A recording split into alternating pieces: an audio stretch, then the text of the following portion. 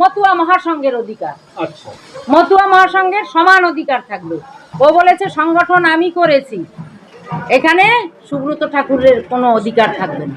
আমার দুই ছেলে সুব্রত শান্তনু, সুব্রত বড়, তার অধিকার কেন থাকবে না? হিসাবে তো সেই সংঘাতিপতি হয়, তাহলে অধিকার তো থাকবে তার। কেন তাকে অধিকার থেকে বঞ্চিত করা হলো? আর বলল, শান্তনু বলল কি, তুই যেখান থেকে আসছিস, অস্ট্রেলিয়ার থেকে আসছিস, অস্ট্রেলিয়ায় চলে যা, ঘুরে এসে জুড়ে বসেছিস, হ্যাঁ সর খাচ্ছিস, আমি একটা মানুষও তোর ওখানে যেতে দেব না।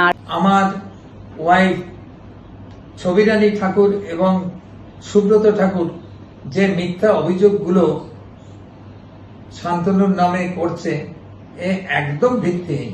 আজকে মন্ত্রী হয়েছে ওর নিজের চেষ্টায়। আমি সুব্রতকে তো দাঁড় করিয়েছিলাম বিজেপির থেকে।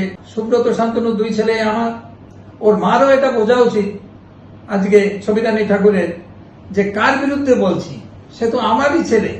ছবিরানী ঠাকুর যে অধ্যত্ত এবং সুব্রতর যে অধ্যত্ত, এটা তো ঠিক হয় না। ভাইয়ের সঙ্গে আলোচনা করে আমরাই মেটাতে পারতাম। সিএ ক্যাম্প ও ধর্মীয় সার্টিফিকেট দেওয়ার কাজ আমার ছোট ছেলে শান্তনু ঠাকুর আমার অনুমতিতেই নাটমন্দিরে করছে। তৃণমূলের এই অসভ্য দল, এগুলোর আসার কি দরকার এখানে ঠাকুর বাড়িতে একটা গন্ডগোল বাঁধানোর জন্য?